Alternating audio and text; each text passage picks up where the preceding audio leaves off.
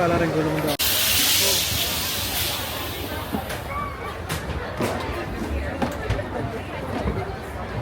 My name is Hyde. Can you say hi, Hyde? It just sounds like you say hi twice in a row, so it's very funny to me. Now, friends, if we have any room on the right side of the tram, let's scooch. All right, friends, once again, my name is Hyde, and I'll be your guide to one of the largest working movie studios in the world. However, who is driving this tram? That would be the man, the myth, the legend. Make some noise for Adam R. Driver! That's right! You know the Fast and Furious franchise? It's all based off of Adam's life. Saturday Night alum, as well as the host of The Tonight Show. Here is Jimmy Fallon. Oh, hey there. You made it. Welcome to the Universal Studio Tour. I'm Jimmy Fallon. I'll be making sure that you get through this experience in one piece. You've got the very best guide. Hyde! And the greatest driver. Adam! They're the best. I love them. Even though... Hyde! So you want to have your cameras and phones out for great photo opportunities, but keep an eye on them so they don't get wet. And since there is some sudden tram movements, keep an eye on all of your personal belongings and stay seated at all times. And just a reminder for everyone's safety on board, please no selfie sticks while aboard the tram. Now, friends, with that being said, we have officially left the theme park behind. We're making our way into the heart of the movie studio. Now, Universal Studios has been in the biz for over 110 years, and that's all thanks to the gentleman that you'll see on the screen in the bow tie. That is our founder, Carl Laemmle. Carl Laemmle was a German immigrant who came to America with one big dream: to make a city dedicated to making movies. So, on March 15th, 1915, Carl Laemmle opened up Universal City to the public. This way, guests like you and I could come in and watch movies being made right in front of our very eyes. Now, you heard that right, friends. We're our own city. Universal City and firefighters that protect us in both the theme park as well as the movie studio. Now, the only thing that makes us the strangest city in the world is that we have no residents. No one lives here at Universal City. Everyone who comes here is to make magic happen, whether that's in the theme park or the movie studio. Now, throughout our tour, however, let's point our attention to the left side of the tram as we enter into the front lot of the movie studio, which is home to all of our administration buildings and sound stages. The first sound stage that we're passing by is our largest and oldest sound stage on the lot, Soundstage 12. That bad boy's been standing here since 1928. An animation series, Superstore, starring America Ferrera and Ben Feldman. Take a look. I know it's hot in here, but let's have some patience for one another. Yeah, you know, the heat makes us all act. If your face stays where it is, it's gonna get punched. Now remember, friends, none of that was constructed inside of a Walmart or filmed inside of the sound stages on the right side of the tram that we lovingly call our sitcom sound stages. Personal favorites of mine that filmed here include the first season of Sabrina, the Teenage Witch, starring Melissa Joan Hart, Xena, Warrior Princess, starring Lucy Lawless, and all 4 seasons of The Good Place, starring Kristen Bell, William Jackson Harper, and Eamon Sign. Our minions are right in front of sound stages 18 and 19. Now, Soundstage 19 was used to film the Oval Office scenes from our 11th Academy Award-winning picture, Oppenheimer, starring Cillian Murphy and Gary Oldman. And if you're interested in checking out Wicked, which is one of our most recent Academy Award winner for Best Production Design and Costume Design, you can check that out on Peacock. Now, friends, it is a busy production day. I can't promise to show you certain actors like Ted Danson, but on the left side of the tram, I can show you Ted drinking, because that might be available on Peacock, and here's some behind-the-scenes footage from the first season with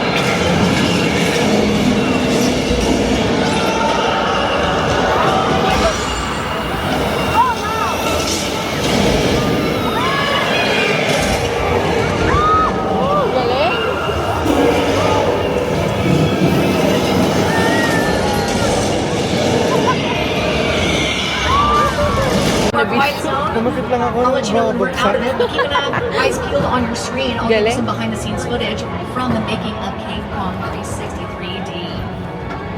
Ito yung wala sa ano, na? Galing, galing. Solid.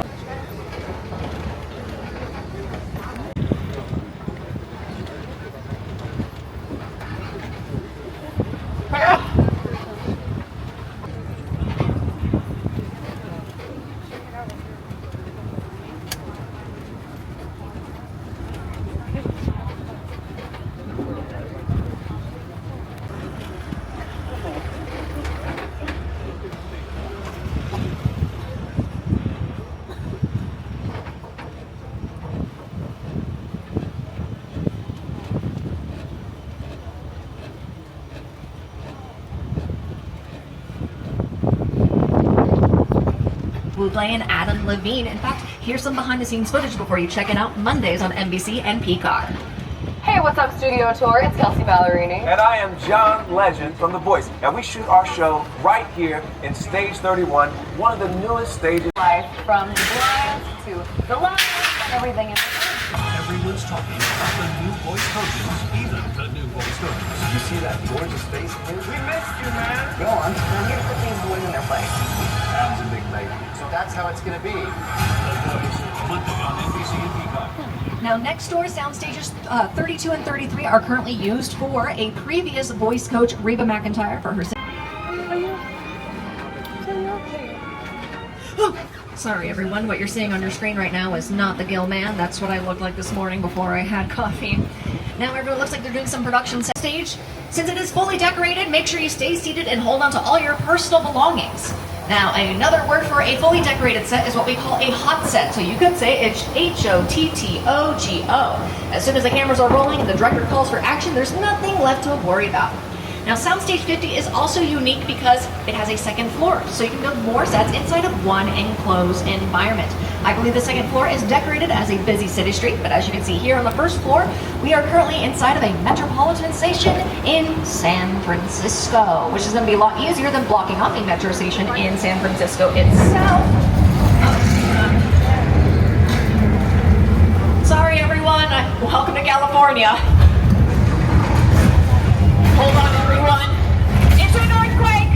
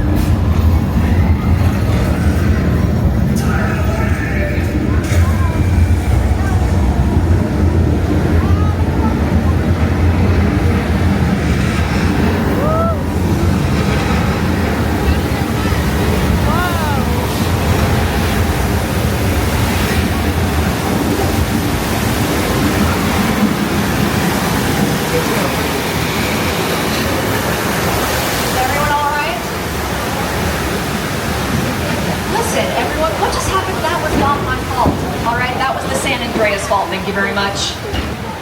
Gardner in Charlton Heston. Now, I know you're probably sick of experiencing natural disasters, being pursued by dinosaurs, so don't worry. Adam and I booked us a little staycation at a place called Amity Island. Think East Coast Town Island here on the West Coast. Now, in case you're worried, it does sound familiar, like the Amity Island from the movie Jaws. We were also worried about shark-infested water, so earlier today, Adam caught the shark himself. Thank you again for that, Adam.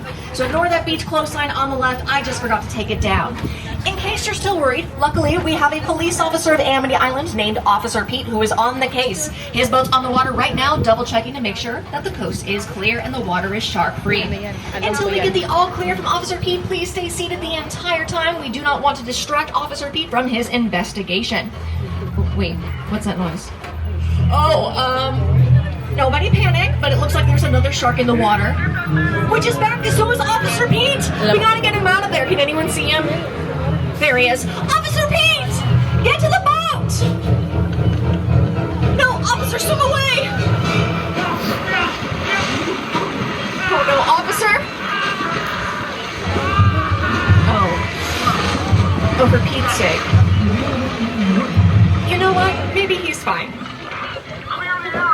Oh, I'm told we have to clear the area. This is now an active crime scene, so Adam's gonna move us down to this dock with very flammable gasoline barrels, which is totally safe and all according to the plan. Except now the shark has taken the dock. Adam, this is so bad. I think I'm getting fired after this, right? I meant figuratively fired. Might want to take your seat, folks. Things are getting too hot to handle. But maybe fire will scare off the shark. Or not. It's Jaws! Jaws! Jaws 3D! And Jaws the Revenge. And that time it was personal. Oh man, Adam, we're gonna need a bigger tram. Luckily, it looks like no one got eaten. Make some noise for Bruce the mechanical shark. Look at him go! Isn't he great? He's the only shark in the world that can do the backstroke. Now, if you've ever seen the movie Pixar's Finding Nemo, what is the great white shark's name? It's Bruce, and it's named after the mechanical shark Bruce from the production of Jaws, directed by Steven Spielberg. Now friends, that is one version of what we call a practical effect, same as with Earthquake. It was all man-made, nothing was used for CGI or computer-generated imagery. However, another version of a practical effect is what we call weather effects. It's a beautiful day here. I can show you a weather demonstration in our old Mexico sets. So a couple things that we'll need for a thunderstorm. Rumbling thunder. Now normally, sound effects are added in post-production with the power of sound design. However, there's also something that we can use called live playback. So using our speaker system, we'll have our thunder sound effects played there. Now for lightning, I know it's going to be very bright. Keep your eyes peeled for some strobe lights that are flickering in the distance. There we go. So we have our thunder, we have our lightning. Now if you take a look on the left side of the tram, you'll see telephone poles hiding our sprinkler system, known as rain rigs. Now what do rain rigs do, you may ask? Well, it's quite simple. They bring the rain. Now if you're trying to film the rain right now and having a tricky time doing so, don't be discouraged. Rain has to be backlit to be captured for camera. Think of it this way. If you're watching a live sporting event on television and they hold the game due to weather, do you actually see the rain on camera? Not really, right? So backlighting the rain is going to make a romantic scene more romantic or a scary scene more thrilling. Here's the issue with too much rain in too little time here in Old Mexico. After the rain, this area is usually prone to flash floods. So brace yourselves, everyone. Here it comes.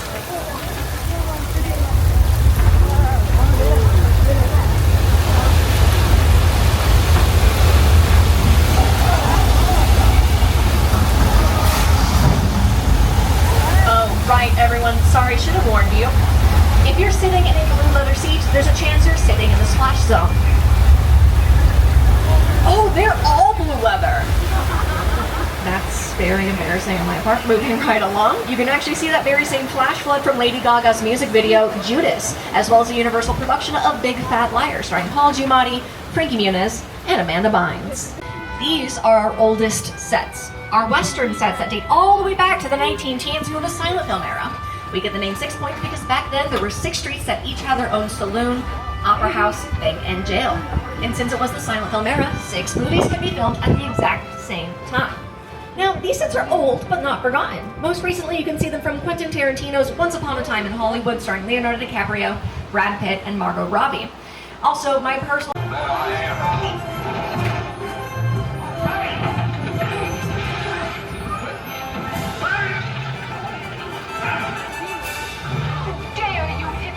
use as the Firefly residence from Rob Zombie's House of a Thousand Corpses. Now, as we make our way into our residential sets, keep your eyes peeled on the left. You're going to see some production set up once again for The Burbs, starring Keke Palmer. They're going to actually start filming around 2 p.m. today, so this might be your last opportunity to hear about what's going on in these sets. Now, our Chicken Ranch house back on the right is known as a practical set. We can film both inside as well as outside, but as you can see, their next door neighbor is more of a facade house. Only the front and sides are constructed, so imagine the deal that they got when purchasing that house.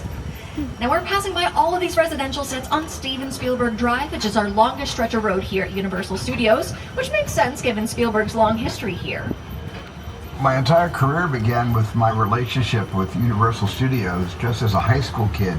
On the right, if you please, starting out with the Ferrari from Magnum PI. It's actually a faux Rari with a Volkswagen engine to make it quieter for filming on set. We also have some flying cars from Back to the Future Part 2.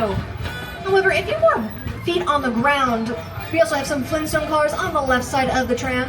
If you're wondering if you can run amok in those cars, you yabba dabba can't. They're primarily made out of fiberglass and foam rubber. However, if you need all the horsepower in the world, we have Dominic Toretto's Black Dodge Charger from the Fast and Furious franchise. And bringing up the very end from the Transformers franchise, we have a yellow and black striped Camaro that is Bumblebee, parked next to a Decepticon police car named Barricade. Now, what's very weird is all these cars have checked into this strange motel, but as far as I can recall, no one's been able to check back out. If you're from out of town looking for a place to stay, you're in luck. I've heard Norman Bates is slashing prices left and right, and the shower pressure here is absolutely to die for. And speak of the devil, there is Norman Bates right now. So if anyone has any questions about how much it costs to rent a room here, now would be a perfect time to ask, although, oh, looks like he might be in the middle of doing some housekeeping for cabin number 1, which is perfect. That'll free up some more space for even more guests who want to check in. I feel a little bit mad though. Maybe we should come back later when he's done with work for the day. He usually lives with his mother at the house. Oh, wow. What a gentleman Norman is, taking this dead, tired guest to her car. Right into the trunk. Okay, Adam, I think we should get out of here. We're not supposed to see this, probably. Oh, hi, Norman. No, we didn't see anything. Oh my gosh, is that a new blazer? You're looking so sharp today, Norman. So great, so fashionable. Oh, so sharp. Time to go. Floor it, Adam. There's no vacancy here, Norman. I'm leaving a 1-star review on Yelp. Oh my gosh, I'm so sorry, everyone. I heard he was a lady killer, but this is ridiculous. What a psycho. It's okay. We'll take the psychopath past the psycho house. We'll be safer up here. You can also say hello to Norman's mother on the 2nd floor window. Don't be ashamed if she doesn't come out to say hi. She's dead tired from all the errands she's run earlier. Now, to be honest, I can't blame Norman Bates for... The airplane crash site is a perfect example of a set that is all designed around a vision. Again, you sit down and talk about War of the Worlds. That's on what for 747 right in the big track. Because it's just... to the Paramount Picture production of War of the Worlds. This 2005 film was directed by Steven Spielberg, starring Tom Cruise, a young Dakota Fanning, and Justin Chatwin. Robbie, get in. Get in. Now, all throughout the tour, I've been telling the kicker was, since it couldn't be flown to set, it cost an additional $200,000 for shipping and handling. It's always the shipping and handling that'll get you, even if you're Steven Spielberg, and even if you get the plane half off. Get it? The roof is... more about it is Jordan Peele himself. Movie magic only happens when a team of collaborators, often in the hundreds, work together to take an impossible notion and bring it to life. This is Jupiter's Claim, a nostalgic, small-time Southern California amusement park owned by former child star Ricky Juke Park.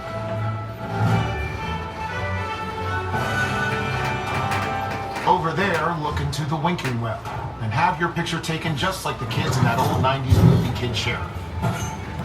That's what this whole place is loosely based on. Remember that one? No? Why? A little further down. It's not looking so live anymore. Anyway, behind this Hollywood fantasy of a gold rush frontier town lies a sinister secret. It is smack dab in the center of the U.S.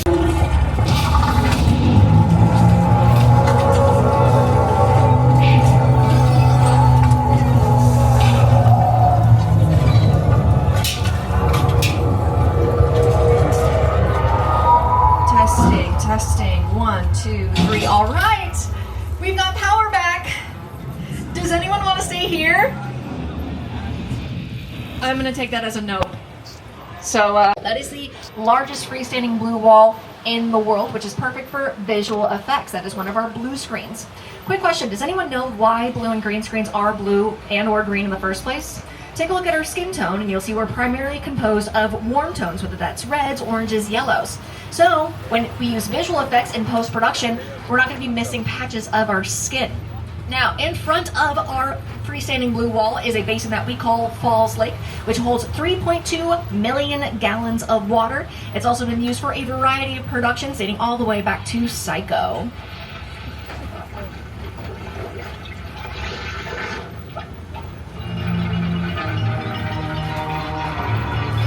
Now this, my friends, is what the blue wall used to look like as a imitation of a skyline. And now that blue water that was used to replicate the Atlantic Ocean was actually dyed so blue that Michael Caine's hair turned blue as well.